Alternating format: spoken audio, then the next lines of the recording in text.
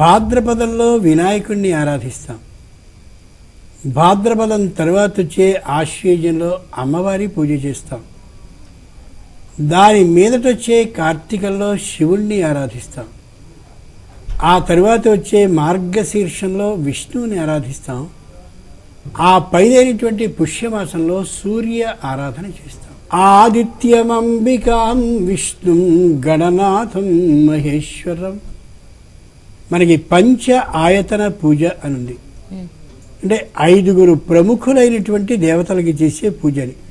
ఎక్కడికైనా సరే వెళ్ళేటప్పుడు దేవతార్చనని తీసుకువెళ్ళే విధానం ఉంటుంది. ఈ 5 దేవతలే.